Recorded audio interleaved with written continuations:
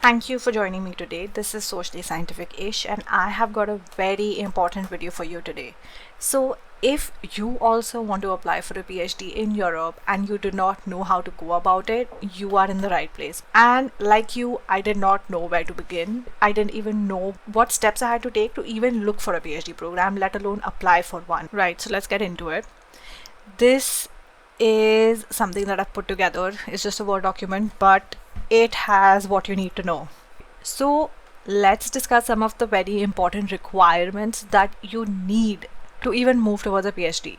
The first one is a master's degree. This seems very obvious, but there are actually some countries out there that do not require you to have a master's degree to obtain a PhD, but Europe is not one of them. Now, UK is actually one of the countries where you might not need a master's degree, and if you have a 4-year bachelor's degree, you might be eligible to apply for a PhD in only certain universities, and this again is something you will have to research yourself. The next thing is a doctoral proposal. Now this you will find in almost every university website. You need to submit a proposal, a project proposal, when you submit your application. The next one is a supervision agreement.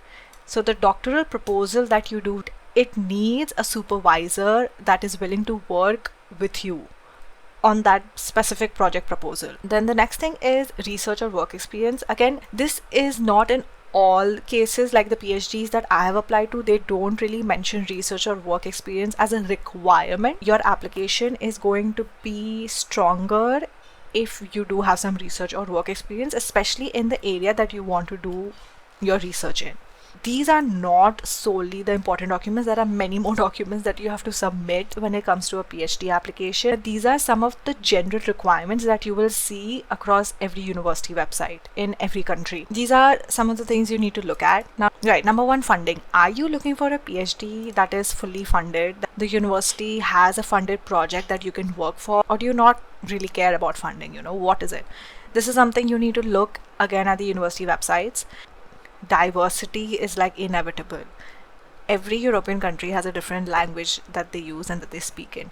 So language can be a barrier here, but it might also not be that big of an issue in some cases. So for example, I actually wanted to apply to Spain for my PhD, and I was looking at applications, and I had emailed many professors and universities, and I had even submitted an application in. And one of the responses I got was from the coordinator of the program saying that we really like you, we really like your application, we think you'd be a good fit, but we need you to learn Spanish.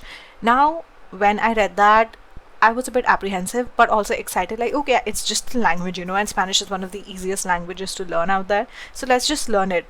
I even enrolled into a Spanish language course, and I made up my mind that okay, in 6 months I'm going to learn this language and I'm going to go to Spain. Well, it doesn't work like that, sadly, and I would not suggest doing that, because if English is the language that you're most confident in, then why would you want to do a PhD in a different language? I mean, that might be okay for some of you, but it seemed okay to me in the beginning as well, but then over time I realized this is not really a very smart move. So that's where I stepped back from that program, and I was like, this is not for me. Right. The next thing is exposure to top research. What I mean by this is that some universities just give you the PhD degree, but some universities can give you really good exposure, like having to attend conferences, having to publish articles in top journals. So are you looking to get that exposure, or are you just wanting a PhD degree? You need to figure that out, because every university, like I said, is unique. A PhD is what most people think, but actually there are different types of PhDs out there. Now you can do your own research about this, but from what I know, there are PhDs in which you have to follow a specific curriculum, and there are PhDs which are very individualistic. That is, you just come up with a plan with your professor and you follow that detailed plan. So it's not that you have to follow a university curriculum, but instead you follow a plan that you yourself make with your supervisor. And a very important difference between these two curriculums is that the first one, where you follow university curriculum, you're most likely going to pay a tuition fee. If that is something you don't want to do, the individual style, where you come up with a plan with your professor, is your go-to option, because you firstly will not probably not have to give a tuition fee, and you will also be getting a salary in that case, because you would mostly be working at a funded project. So yes, figure out which curriculum style are you willing to follow. You will notice that every country is sort of proficient in something or the other. Like Scotland is sort of known for its research in oil and oil engineering, and Germany is well known for engineering and data analytics, and Estonia and Finland are known for their digital technology. If that is of importance to you, you could also look at that. I mean, it doesn't really matter. Every country, every European country is good with all their programs, but if you are looking for opportunities post PhD, then looking at the country and what funds they have and what opportunities they have could be of importance to you. So that is also something you should look at. Challenges when it comes to searching for a PhD and actually applying for one. Yeah, the first one is language. Now, I already told you my challenge with language. That was having to learn Spanish. And this is something you'll notice in master's degrees as well. They require you to have an A1 or A2 qualification for, like, say, German or Dutch when you apply for, even a bachelor's or a master's degree actually. So yeah, this is one challenge that comes up. A lot of people overcome this challenge. Next is qualification recognition. They want you to have a degree from a university. Now, I did go to a college. It was affiliated to a university, so it worked out for me. It was not an issue. But if you just have a college degree, it might not be okay. It might not be sufficient. And Europe is very specific about documents being attested. Next is preparing a research proposal. What is going to be your topic? What is literally going to be your PhD thesis? Right? This is what your research proposal is. When I had to write mine, I wrote a 3,000 worded one with like an abstract, an intro, a literature review section, methodology section, a timeline, all of it. References as well, do not forget the references. Again, a research proposal requirement is going to be different for every university. The university website will mention it. So yeah, this is going to be a challenge. I actually spent 5 to 6 months writing mine. That's because I had the time. I had 5 to 6 months to write it. And this is something you actually write with your professor or your supervisor that has agreed to work with you. Now, finding a supervisor match, this comes before writing the research proposal most of the time. This is not as difficult as it sounds. What I did was I sent a lot of cold emails to every university I was interested in and every professor that I was interested in. Now, this again is something you have to go on the university website, go on their contacts, go on their faculty and check what professor you are interested in. Please check their research output and what topics they're interested in, because if you just mail them about a topic that you are interested in but they don't have any experience in that, they're not going to reply to you. So yes, only contact professors that you know would want to work with you, would be interested in what you are researching in. So for example, if you want to research, say, climate change, do not mail a professor that has no interest in climate change. They will not want to work with you.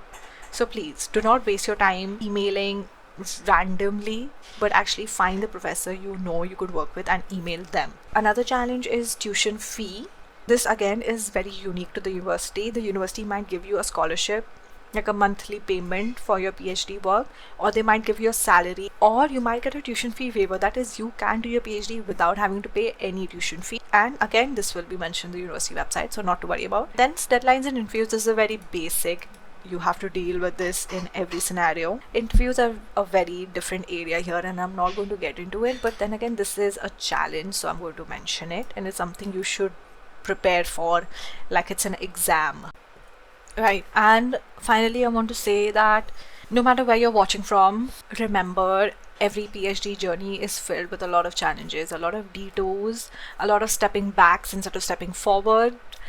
And that's totally normal. It's totally normal. It can have a lot of surprising turns and it can actually have a very happy ending for you. So if following your research dream takes you across borders, I would very happily say go for it, go do it.